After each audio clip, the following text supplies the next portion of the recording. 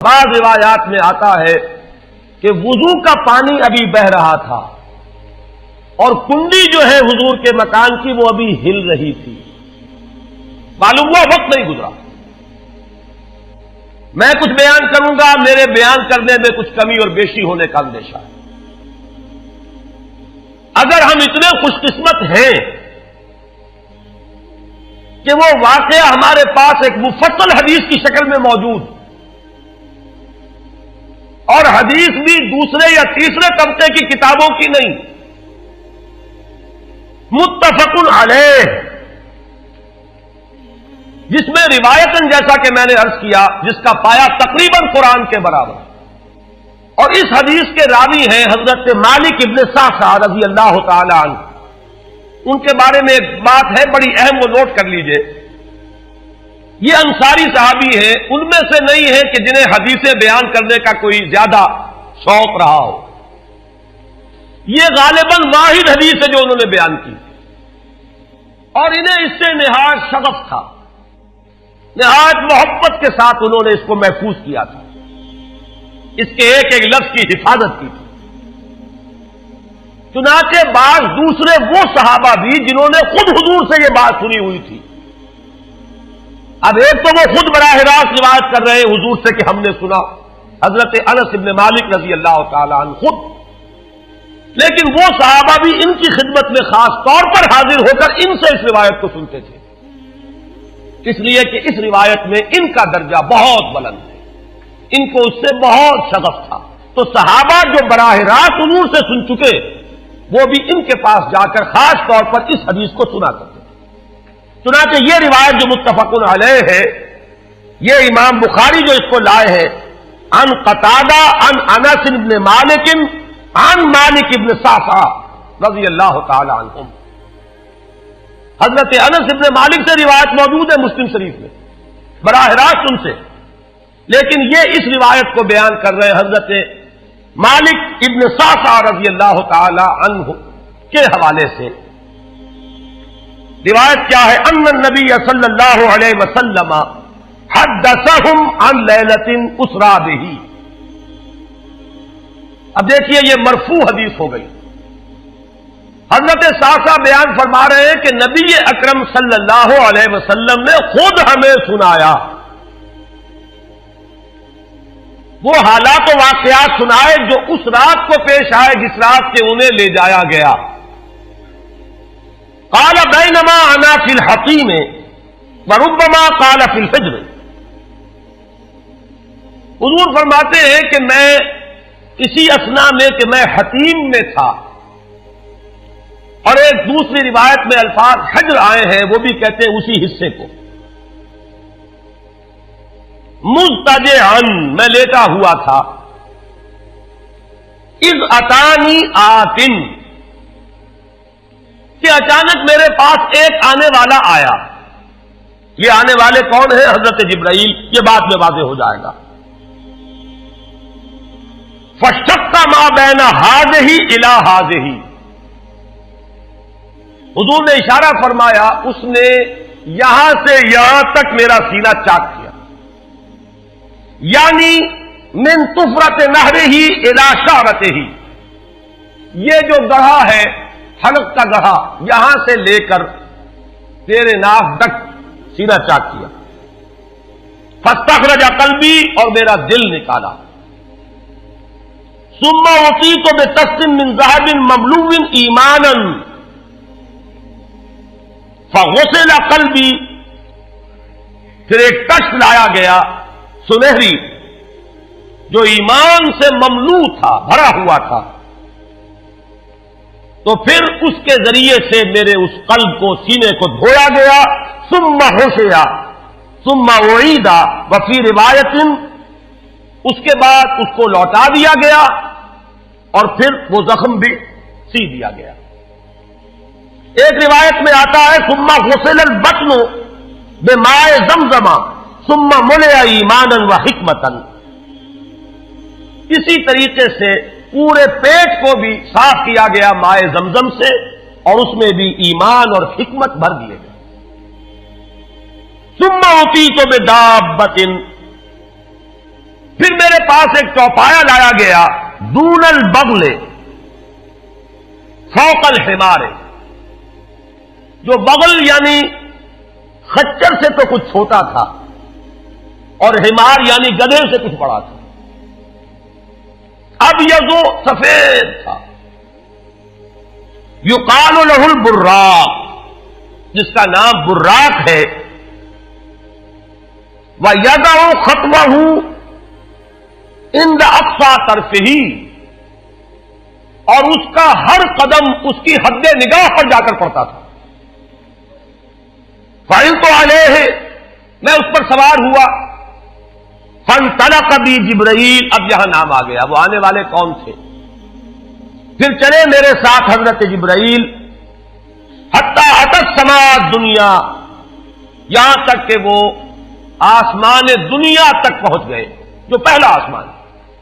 اب یہاں دیکھیے وہ روایت میں جو زمینی سفر کا درمیانی حصہ ہے وہ رہ گیا، دوسری روایات سے ہم اس کو جوڑ کر جمع کریں کہ پہلا زمینی سفر ہے، مسجد اقصیٰ تک پہنچے ہیں، وہاں جا کر روایت میں آتا ہے میں نے وہی اپنے اس خچر کو باندھا، براق کو، جہاں انبیاء باندھا کرتے تھے، اور پھر وہاں میں نے نماز ادا کی، بہت سے لوگ جمع ہوئے، میں منتظر تھا کہ کون نماز پڑھائے گا، کہ جبرائیل نے میرا ہاتھ پکڑ کر مجھے آگے کیا، میں نے نماز پڑھائی، اور پھر جبرائیل نے مجھے بتایا کہ یہ تمام انبیاء تھے جو اس دنیا میں مبعوث ہوئے ہیں، اور آج آپ نے ان سب کی امامت کی۔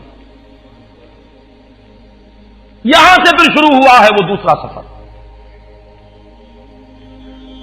لیکن جب پہلے آسمان تک پہنچے، فاستفتح، انہوں نے دستک دی، کھلوانا چاہا، قیل من ھذا،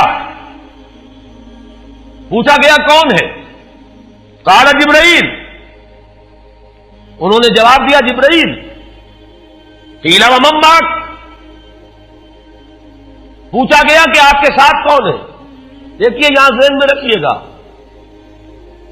اس امکان کو کوئی شخص مسترد نہیں کر سکتا کہ ان ملائکہ کے علم میں ہو، لیکن پھر بھی پوچھ رہے ہیں، قانون قانون ہے، دروازے پر دستک دینی ہوگی، آئیڈینٹی ڈسکلوز کرنی ہوگی، چاہے علم میں ہو۔ جج جو ہے وہ اپنے علم کی بنیاد پر فیصلہ کبھی نہیں دے گا، وہ تو مقدمے کی سماعت ہوگی، شہادتوں کی بنیاد پر فیصلہ ہوگا۔ ذاتی علم کی بنیاد پر کرنا ہے تو وہ خود کسی اور عدالت میں اس مقدمے کو منتقل کرے اور وہاں گواہ کی حیثیت سے پیش ہو، تو قانون قانون ہے۔ پوچھا گیا آپ کے ساتھ کون ہے؟ قال محمد صلی اللہ علیہ وسلم۔ قیل وقد ارسل الیہ، پوچھا گیا کیا انہیں بلایا گیا ہے؟ قال نعم، انہوں نے فرمایا ہاں۔ قیل مرحبا بہ فنعم المجیء جا ففتح فلما خلصت، اس کے بعد کہا گیا مرحبا ان کے لیے، تہنیت ہے، مبارکباد ہے، خوش آمدید ہے، کیا ہی اچھے ہیں وہ جو لائے گئے ہیں۔ پھر وہ سمائے دنیا جو ہے اس کا دروازہ کھولا گیا، میں اس میں داخل ہوا، فاذا فیہا آدم، میں نے دیکھا وہاں حضرت آدم تشریف فرما ہے۔ فقال ھذا ابوک، جبرائیل نے کہا یہ آپ کے جد امجد ہیں، فسلم علیہ، ان کو سلام کیجئے، فسلمت علیہ، میں نے انہیں سلام کہا، فرد السلام، انہوں نے سلام کا جواب دیا، ثم قال مرحبا بالابن الصالح والنبی الصالح، خوش آمدید ہے، مرحبا ہے صالح بیٹے اور صالح نبی پر۔ ثم صعد بی، پھر مجھے اور اٹھایا گیا، حتی اتی السماء الثانیۃ، یہاں تک کہ جبرائیل پہنچ گئے دوسرے آسمان تک۔ فاستفتح، پھر وہی سوال و جواب ہے، میں ترجمہ نہیں کروں گا۔ قیل من ھذا؟ قال جبرائیل۔ قیل ومن معک؟ قال محمد۔ قیل وقد ارسل الیہ؟ قال نعم۔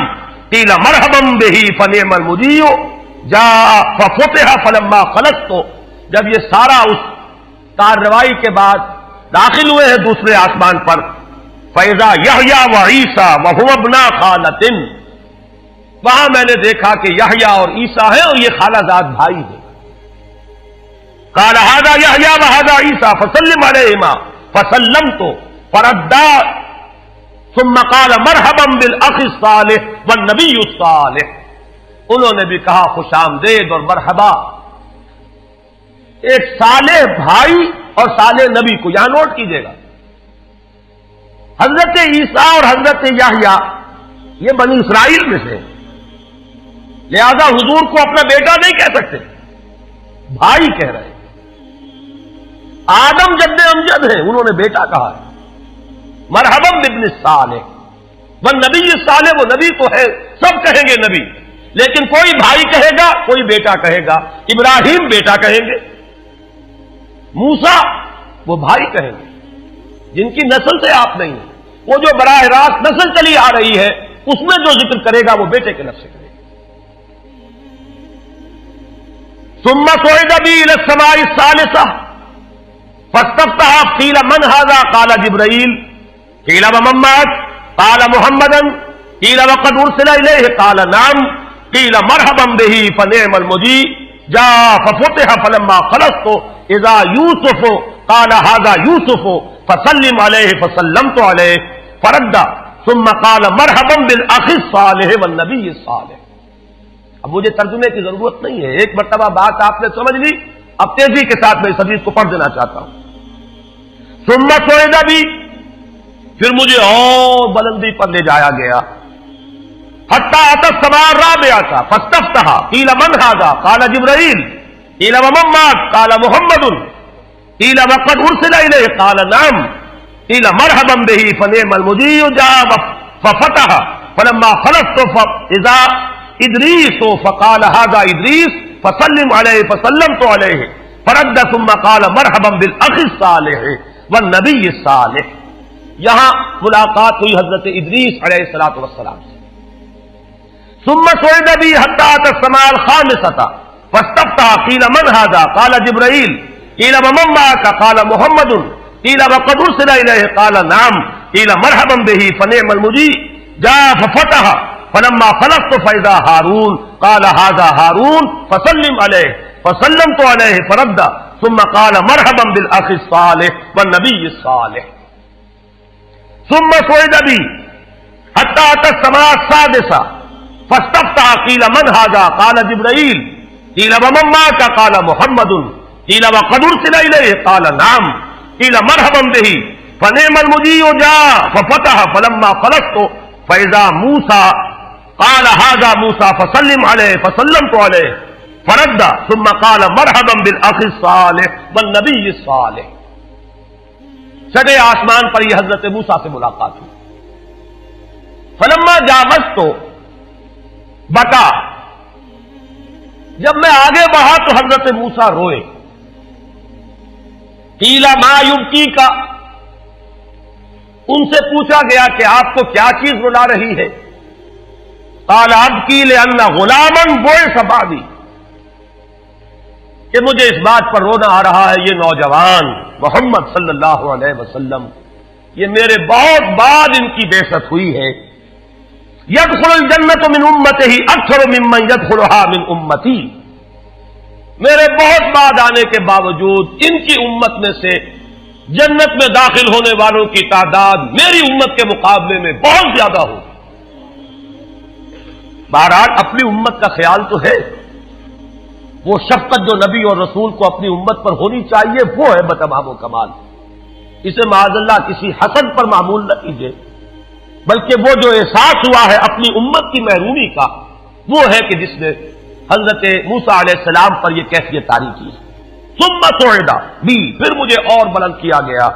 الی السماء السابعة، ساتویں آسمان پر. فاستفتح قیل من هذا قال جبرائیل قیل ومن معك قال محمد صلی اللہ علیہ وسلم قیل وقد بعث الیہ قال نعم قیل مرحبا به فنعم المجیء جاء فلما خلصت فاذا ابراہیم قال هذا ابوك ابراہیم فسلم علیہ فسلمت علیہ فرد السلام ثم قال مرحبا بالابن الصالح والنبی الصالح.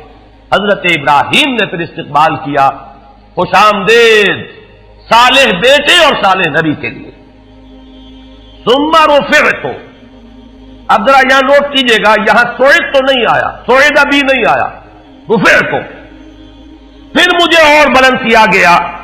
الی سدرۃ المنتہا، یہ سدرہ منتہا ہے جس کا ذکر ہے سورۃ النجم.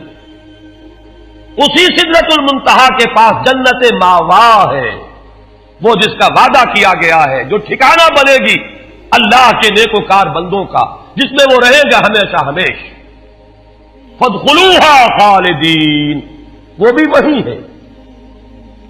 پھر اٹھائے گئے حضور بیت المعمور تک. ثم اعطیت باناء من خمر واناء من لبن واناء من عسل. پھر میرے سامنے یہ بیت معمور کیا ہے یہ بھی جان لیجئے. یہ در حقیقت اس سمائے سابعہ پر، ساتویں آسمان پر خانہ کعبہ کا اصل جو ہے اللہ کا گھر، جس کا یہ ظل اور سایہ اس دنیا میں ہے، خانہ کعبہ، یہ ہے وہ بیت المعمور، جس کے بارے میں ایک اور روایت میں الفاظ یہ آئے ہیں، اس میں روزانہ 70,000 فرشتے داخل ہوتے ہیں، اور جو فرشتہ ایک مرتبہ داخل ہوا ہے آج تک اسے دوبارہ داخل ہونے کی نوبت نہیں آئی. اسی طریقے سے وہ فرشتے ہیں جو طواف کرتے ہیں خانہ کعبہ کا. پھر جان لیجئے یہ ہماری نگاہوں سے مخفی عالم غیب کی ایک دنیا ہے اپنی جگہ، چاہے ہمیں نظر نہ آئے. پھر میرے سامنے 3 برتن لائے گئے، ایک دودھ کا اور ایک شہد کا اور ایک شراب کا. فاخذت اللبن، میں نے دودھ والا پیالہ اٹھا لیا.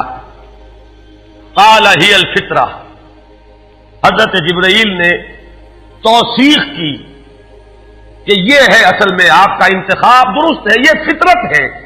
فطرت اللہ التی فطر الناس علیہا، یہی جو فطرت انسانی سے قریب ترین شے ہے اس کا آپ نے انتخاب کیا. اتت انت علیہا و امتک، اسی فطرت پر اے محمد آپ بھی ہے اور آپ کی امت بھی ہے. ثم فرضت علی صلوات 50 کل یوم. ایک اور روایت میں الفاظ آئے ہیں، اس میں اس کی وضاحت نہیں ہے کہ 3 چیزیں حضور کو یہاں عطا کی گئی. ایک تو 50 نمازیں جو فرض ہوئی، ایک دن رات میں 50 نمازیں،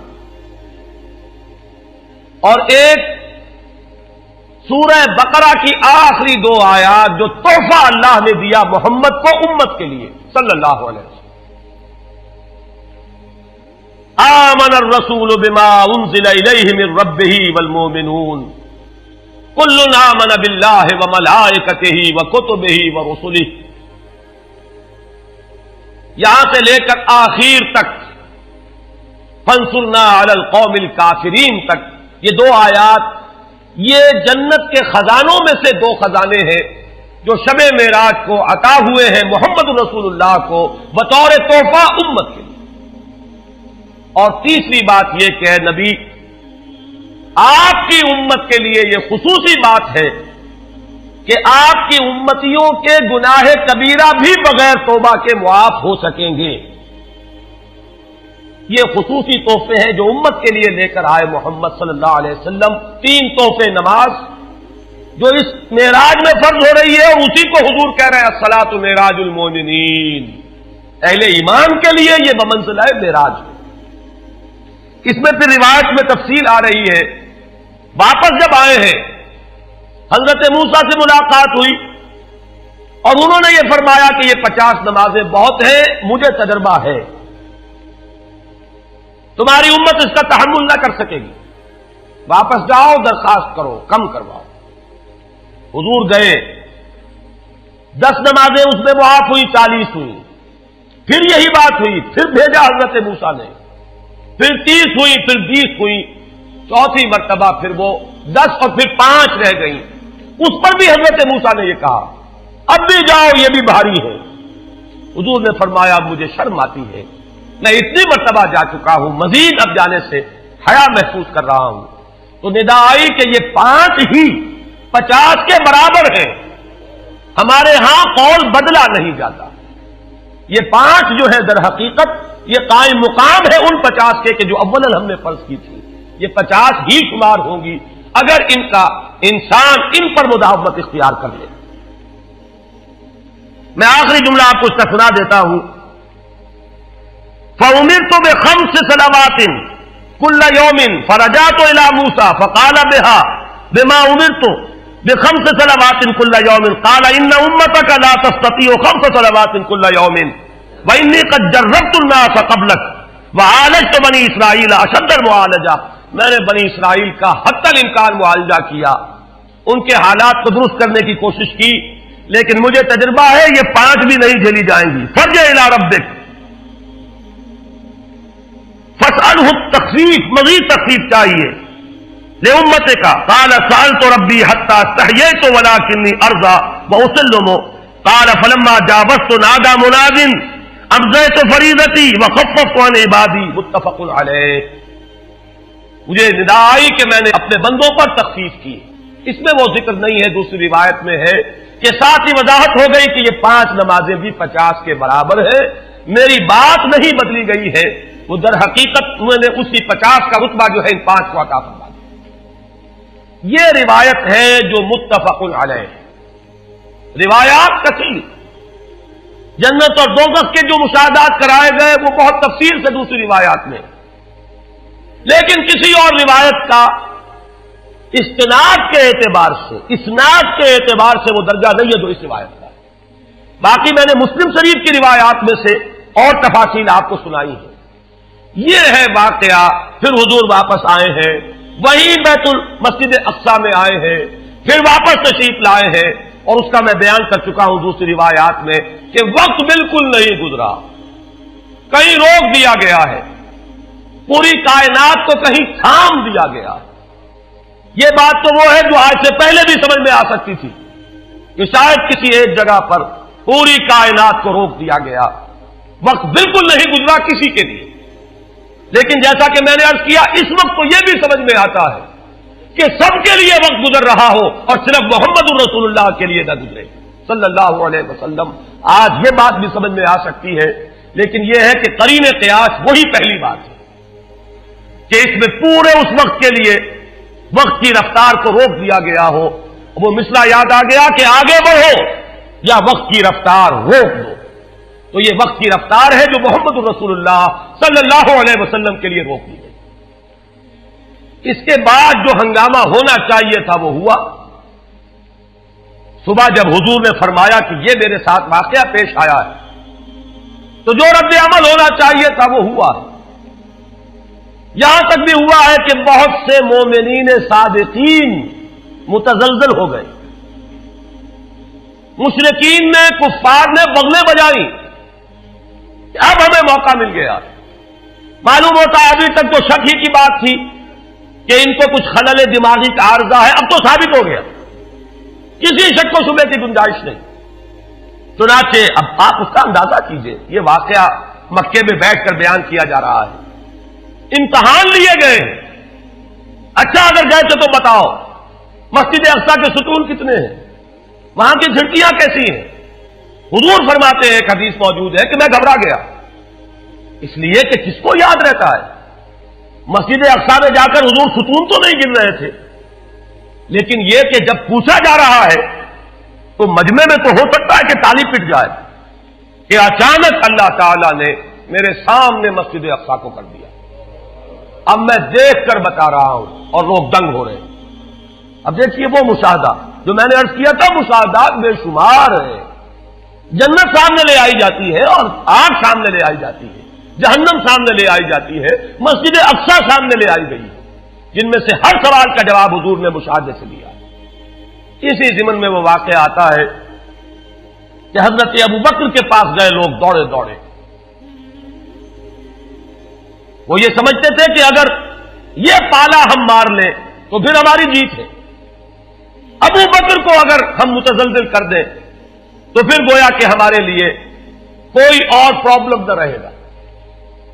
روایت میں آتا ہے حضرت ابوبکر نے بھی سن کر ایک دفعہ جھرجھری لی ہے، لیکن صرف ایک سوال کیا، کیا واقعی وہ یہ فرما رہے ہیں؟ لوگوں نے خوش ہو کر کہا، تالیاں بجائے، ہاں ہاں کہہ رہے ہیں، چلو ہم لے چلتے ہیں. انہوں نے سمجھا کہ ہمارا وار جو ہے کارگر ہوا ہے، واقعی کو تزلزل ہے. لیکن اگلا جواب ابوبکر کا یہ تھا، اگر وہ کہہ رہے ہیں تو 100% درست کہہ رہے ہیں. میں روزانہ یہ مانتا